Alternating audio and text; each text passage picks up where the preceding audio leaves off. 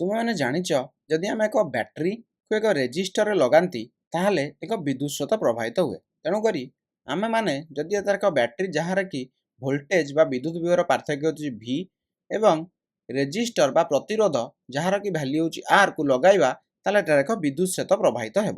ତେବେ ଆମେମାନେ ଓମଙ୍କ ନିୟମକୁ ବ୍ୟବହାର କରି ଏଠାରେ କରେଣ୍ଟ ବା ବିଦ୍ୟୁତ ସ୍ରୋତ ବାହାର କରିପାରିବା। ଓମଙ୍କ ନିୟମ କ'ଣ କହୁଛି ଯେ V is equals to IR ବିଦ୍ୟୁତ ବିଭବର ପାର୍ଥକ୍ୟ ଇକ୍ୱାଲ୍ସ ଟୁ ବିଦ୍ୟୁତ ସ୍ରୋତ ଇଣ୍ଟୁ ପ୍ରତିରୋଧ। ତେବେ ଏହାକୁ ବ୍ୟବହାର କରି ଓମଙ୍କ ନିୟମକୁ ବ୍ୟବହାର କରି ଆମେ ପ୍ରତିରୋଧ ପାଇଁ ଏକ ସୂତ୍ର ମଧ୍ୟ ବାହାର କରିପାରିବା। ତେଣୁକରି ଆମେ ଏଠାରେ ପାଇବା ପ୍ରତିରୋଧ R ହେଉଛି V/I। ତେବେ ପ୍ରତିରୋଧର SI ଏକକ ହେଉଛି ଓମ୍, ଯାହାକି ବୈଜ୍ଞାନିକ ଜର୍ଜ ସାଇମନ ଓମଙ୍କ ନାମରୁ ଆସିଛି।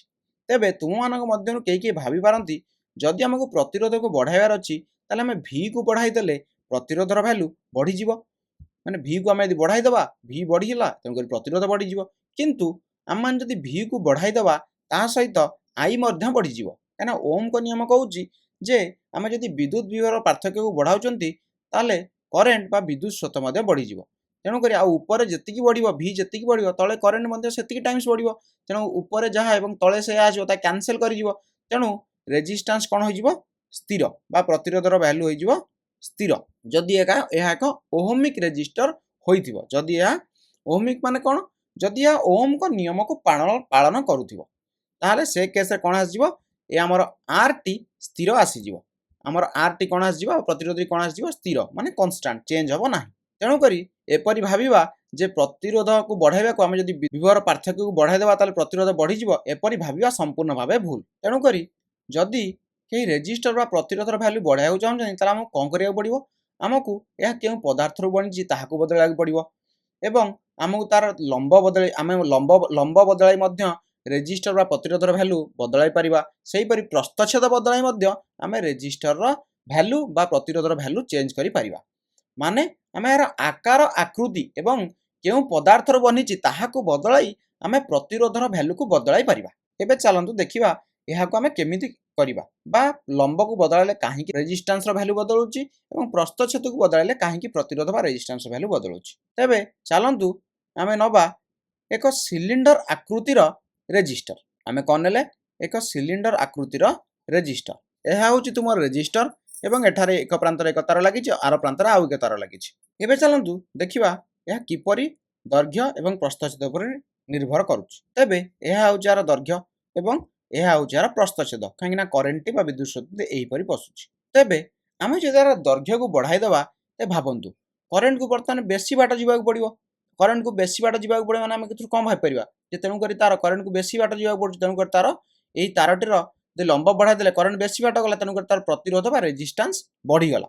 ସେହିପରି ଭାବନ୍ତୁ ଯଦି ଆମେ ପ୍ରସ୍ତଚ୍ଛେଦକୁ ବଢ଼ାଇ ଦେବା ତାହେଲେ କରେଣ୍ଟକୁ ବେଶୀ ଏରିଆ ମିଳିବ। ଯେହେତୁ କରେଣ୍ଟଟି ବର୍ତ୍ତମାନ ବା ବିଦ୍ୟୁତ ସ୍ରୋତଟି ବର୍ତ୍ତମାନ ଆରାମରେ ଯାଇପାରିବ ତେଣୁକରି ତାର ରେଜିଷ୍ଟାନ୍ସ ବା ପ୍ରତିରୋଧ କମିବ। ତେଣୁକରି ଆମେ ଦୈର୍ଘ୍ୟକୁ ବଢ଼ାଇଲେ ରେଜିଷ୍ଟାନ୍ସ ବା ପ୍ରତିରୋଧ ବଢ଼ୁଛି ଏବଂ ପ୍ରସ୍ତଚ୍ଛେଦକୁ ବଢ଼ାଇଲେ ରେଜିଷ୍ଟାନ୍ସ ବା ପ୍ରତିରୋଧ କମୁଛି।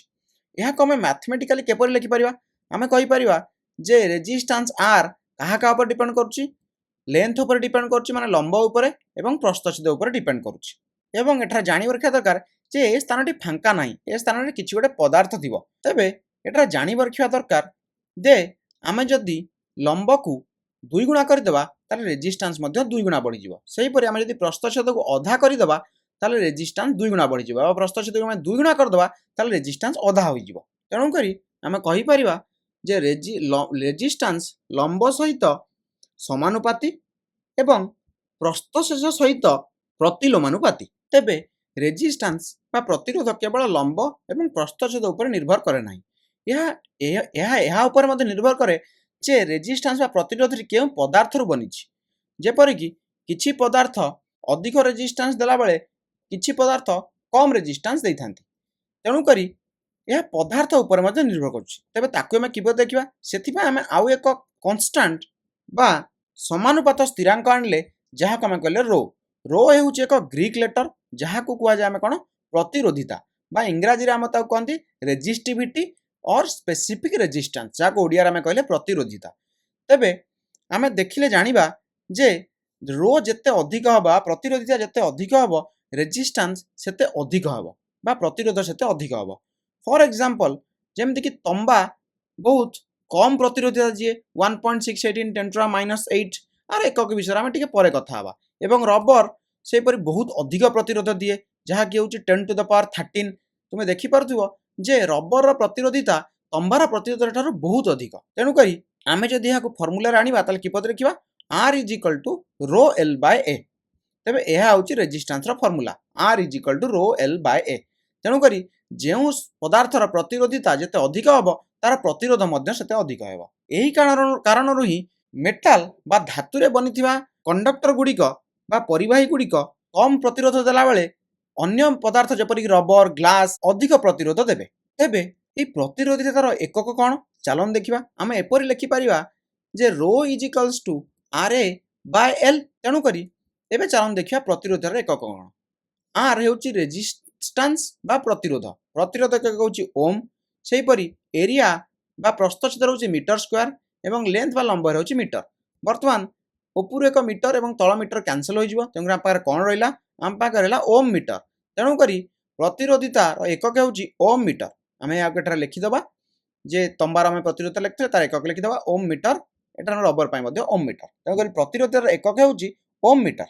ତେବେ ଏବେ ଚାଲନ୍ତୁ ଆମେ କଣ୍ଡକ୍ଟିଭିଟି ବା ବୈଦ୍ୟୁତିକ ପରିବାହିତା ବିଷୟରେ କଥା ହେବା। ତେବେ କଣ୍ଡକ୍ଟିଭିଟି କ'ଣ ଯେପରି ପ୍ରତିରୋଧିତା ହେଉଛି ଯେ ଏକ ପଦାର୍ଥ ବିଦ୍ୟୁତକୁ କେତେ ଅପୋଜ କରୁଛି ମାନେ କେତେ ରେଜିଷ୍ଟ କରୁଛି କେତେ ପ୍ରତିରୋଧ କରୁଛି। ସେହିପରି କଣ୍ଡକ୍ଟିଭିଟି ବା ବୈଦ୍ୟୁତିକ ପରିବାହିତା ଆମକୁ ଏହା ଜଣାଇବ ଯେ ସେ ପଦାର୍ଥଟି ବିଦ୍ୟୁତକୁ କେତେ ଆଲାଉ କରିବ ବା କେତେ ସହଜରେ ଯିବାକୁ ଦେବ। ତେଣୁକରି ନିଶ୍ଚିତ ଏହା ପ୍ରତିରୋଧିତାର ଅପୋଜିଟ୍ ହୋଇଥିବ ବା ରେସିପ୍ରୋକାଲ ହୋଇଥିବ। ତେଣୁକରି ତେବେ ବୈଦ୍ୟୁତିକ ପରିବାହିତା ହେଉଛି 1/σ। ସିଗ୍ମା ହେଉଛି ଏକ ଗ୍ରୀକ୍ ଲେଟର ଯାହାକୁ ଆମେ କୁହନ୍ତି ବୈଦ୍ୟୁତିକ ପରିବାହିତା। ତେଣୁକରି ବୈଦ୍ୟୁତିକ ପରିବାହିତାକୁ ଆମେ ସିଗ୍ମା ବା ଗ୍ରୀକ୍ ଲେଟର ସିଗ୍ମା ଦ୍ୱାରା ଦେଖାଇଥାନ୍ତି। ତେବେ ଆମର ରୋ ହୋଇଯିବ 1/σ।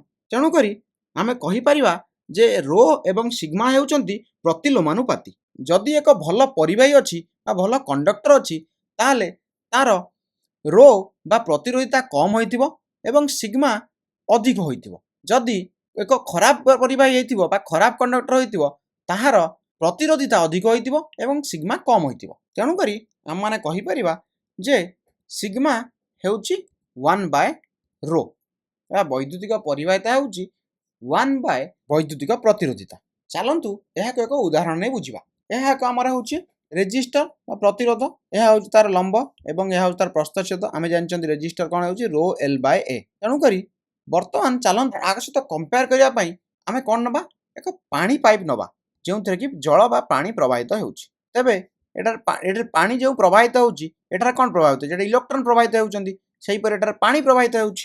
ତେବେ ଆମେ କ'ଣ କଲେ ପାଇପ୍ଟିକୁ ଏଠାରେ ସଙ୍କୁଚିତ କରିଦେଲେ ବା ନ୍ୟାରୋ କରିଦେଲେ। ଦେଖନ୍ତୁ ଏଠାରେ ଯେହେତୁ ପ୍ରସ୍ତଚ୍ଛେଦ କମିଯାଇଛି ତେଣୁକରି ଏ ସଙ୍କୁଚିତ ଅଞ୍ଚଳରେ ଜଳକୁ ବେଶୀ ପ୍ରତିରୋଧ ମିଳିବ ଯାହାକୁ କି ଆମେ ଏହି ପ୍ରତିରୋଧ ସହିତ କମ୍ପେୟାର କରୁଛନ୍ତି। ଏବଂ ତୁମେ କହିବ ଏଠାରେ ପ୍ରତିରୋଧିତା କାହା ସହିତ କମ୍ପାରେବୁଲ ତୁମେ କହିପାରିବ ଏଠାରେ ପ୍ରତିରୋଧିତା ଏହା ଉପରେ ନିର୍ଭର କରୁ ଯେପରିକି ପାଇପ୍ର ଭିତରଟି କିପରି ହୋଇଛି। ଯଦି ବେଶୀ ଆବଡ଼ା ଖାବଡ଼ା ଥିବ ତାହେଲେ ଜଳକୁ ବେଶୀ ପ୍ରତିରୋଧ ମିଳିବ ବା ବେଶୀ ଅପୋଜିସନ ମିଳିବ। ତେଣୁକରି ପ୍ରତିରୋଧିତା ଏଠାରେ ପାଇପ୍ର ଭିତରର ସର୍ଫେସଟି କିପରି ହୋଇଛି ଆବଡ଼ା ଖାବଡ଼ା ହୋଇଛି ନା ସ୍ମୁଥ ଅଛି ତାହା ସହିତ କମ୍ପାରେବୁଲ। ଦେଖନ୍ତୁ ଏଠାରେ ଏହି ଏରିଆଟି ଯେତେ କମ୍ ହେବ ପ୍ରତିରୋଧ ସେତେ ବେଶୀ ହେବ। ସେହିପରି ଏହି ଲମ୍ବଟି ଯେତେ ଅଧିକ ହେବ ପ୍ରତିରୋଧ ସେତେ ବେଶୀ ହେବ। ତେବେ ତୁମେ କହିବ ବିଦ୍ୟୁତ ବିଭବର ପାର୍ଥକ୍ୟ ଏଠାରେ କାହା ସହିତ କମ୍ପାରେବୁଲ। ତେବେ ବିଦ୍ୟୁତ ବିଭବର ପାର୍ଥକ୍ୟ ଏଠାରେ ଚାପ ସହିତ କମ୍ପାରେବୁଲ। ଆମେ ଯେପରି ଯେତେ ଅଧିକା ବିଦ୍ୟୁତ ବିଭବର ପାର୍ଥକ୍ୟର ବ୍ୟାଟେରୀ ଲଗାଉଛନ୍ତି କରେଣ୍ଟ ସେତେ ଅଧିକ ହେଉଛି। ସେହିପରି ଯେତେ ଆମେ ଅଧିକ ଚାପ ଦେବା ଏଠାରେ ପାଣିର ସ୍ରୋତ ସେତେ ଅଧିକା ହେବ। ତେଣୁକରି ବିଦ୍ୟୁତ ବିଭବର ପାର୍ଥକ୍ୟ ଚାପ ସହିତ କମ୍ପାରେବୁଲ। ତେଣୁକରି ଆମେ ଏଠାରେ କହିପାରିବା ଯେ ଆମେ ଏହି ଲମ୍ବଟିକୁ ଯେତେ ବଢ଼ାଇବା ପାଣିକୁ ସେତେ ଅଧିକ ପ୍ରତିରୋଧ ମିଳିବ ମାନେ ଏଠାରେ ରେଜିଷ୍ଟାନ୍ସ ବଢ଼ିବ। ସେହିପରି ଏରିଆ ଯେତେ କମାଇବା ରେଜିଷ୍ଟାନ୍ସ ବା ପ୍ରତିରୋଧ ସେତେ ବଢ଼ିବ। ଏବଂ ପାଇପ୍ର ଭିତରଟି ଆବଡ଼ା ଖାବଡ଼ା ଅଛି ନା ସ୍ମୁଥ ଅଛି ତାହା କାହା ସହିତ କମ୍ପାରେବୁଲ ତାହା ରୋ ସହିତ କମ୍ପାରେବୁଲ। ଯଦି ଆବଡ଼ା ଖାବଡ଼ା ହେଲା ତାହେଲେ ଆମେ କହିବା ଯେ ରୋ ଅଧିକ ଏଠାରେ ମାନେ ଜଳକୁ ବେଶୀ ଅପୋଜିସନ ମିଳିବ। ସେହିପରି ଯଦି ରୋ ଏଠାରେ ଅଧିକ ହେବ ତାହେଲେ ଏ ପଦାର୍ଥଟି ଅଧିକ ପ୍ରତିରୋଧ ଦେବ। ତେବେ ଚାଲନ୍ତୁ ଏବେ ଏକ ପ୍ରଶ୍ନର ସମାଧାନ କରିବା। ଆମ ପାଖରେ ଏକ 0.01 ମିଟର ବ୍ୟାସ ବିଶିଷ୍ଟ 12 ମିଟର ତମ୍ବା ତାର ରହିଛି ଏବଂ ଆମକୁ ପଚରାଯାଇଛି ଯେ ଏହା କେତେ ପ୍ରତିରୋଧ ପ୍ରଦାନ କରିବ ଏବଂ ଆମକୁ ଦିଆଯାଇଛି ତମ୍ବାର ପ୍ରତିରୋଧିତା ବା ରୋ ହେଉଛି 1.68 into 10⁻⁻8 ଓମ୍ ମିଟର। କାହିଁକିନା ଆମେ ଜାଣିଛନ୍ତି ପ୍ରତିରୋଧିତାର ଏକକ ହେଉଛି ଓମ୍ ମିଟର। ତେବେ ଆମେ ଜାଣିଛନ୍ତି ଆର୍ ହେଉଛି ରୋ ଏଲ୍ ବାଇ ଏ, ତେଣୁକରି ଆମେ ବର୍ତ୍ତମାନ ପକାଇଦେବା। ରୋର ଭ୍ୟାଲୁ କେତେ ଦେଇଛି ଆମକୁ 1.68 10⁻⁸ ଇଣ୍ଟୁ ଆର ଲମ୍ବ କେତେ ଦେଇଛି 12 ମିଟର ବାଏ ଆମକୁ ଏଠାରେ କ'ଣ ପକାଇବାର ଅଛି ପ୍ରସ୍ତଛେଦ ବା ଏରିଆ ଅଫ୍ କ୍ରସ୍ ସେକ୍ସନ୍। ଏବେ ଏରିଆ ଅଫ୍ କ୍ରସ୍ ସେକ୍ସନର ସୂତ୍ର କ'ଣ, ଯେହେତୁ ଏହା ସର୍କଲ ଆକୃତିରେ ବା ବୃତ୍ତ ଆକୃତିରେ ହୋଇଛି ଆର ପ୍ରସ୍ତଛେଦ, ତେଣୁକରି ତାର ଏରିଆ ହୋଇଯିବ ପାଏ ଆର୍ ସ୍କୋୟାର। ଏଠାରେ ଆମକୁ ଧ୍ୟାନ ରଖିବାକୁ ପଡ଼ିବ ତାକୁ ବ୍ୟାସ ଦିଆଯାଇଛି ଏବଂ ଆମକୁ ଏଠାରେ ଆର୍ ମାନେ କ'ଣ ବ୍ୟାସାର୍ଦ୍ଧ ପକାଇବାର ଅଛି, ସ୍ମଲ୍ ଆର୍ ମାନେ ହେଉଛି ବ୍ୟାସାର୍ଦ୍ଧ। ଯଦି ତେଣୁକରି ଏଠାରେ ହୋଇଯିବ ପାଏ ଇଣ୍ଟୁ ଯେହେତୁ ବ୍ୟାସ ହେଉଛି 0.01 ମିଟର, ବ୍ୟାସାର୍ଦ୍ଧ ତାର ଅଧା ହୋଇଯିବ 0.01/2 ଯାହାକି ହେବ 0.005 ମିଟର। ତେଣୁକରି ଆମକୁ ଏଠାରେ ମିଳିଯିବ 0.0026 ଓମ୍। ତେଣୁକରି ଏଥିରୁ ଆମେ ଜାଣିପାରୁଥିବା ଯେ କପର ବା ତମ୍ବା ତାର କେତେ କମ୍ ପ୍ରତିରୋଧ ପ୍ରଦାନ କରୁଛି। ତେବେ ଆମେ ଯେତେ ଅଧିକ ଲମ୍ବ ବଢ଼ାଇବା ସେତେ ଆମକୁ ଅଧିକ ପ୍ରତିରୋଧ ମିଳିବ ଏବଂ ଯେତେ ପ୍ରସ୍ତଛେଦ ଅଧିକ କରିବା ସେତେ ଆମକୁ କମ୍ ପ୍ରତିରୋଧ ମିଳିବ।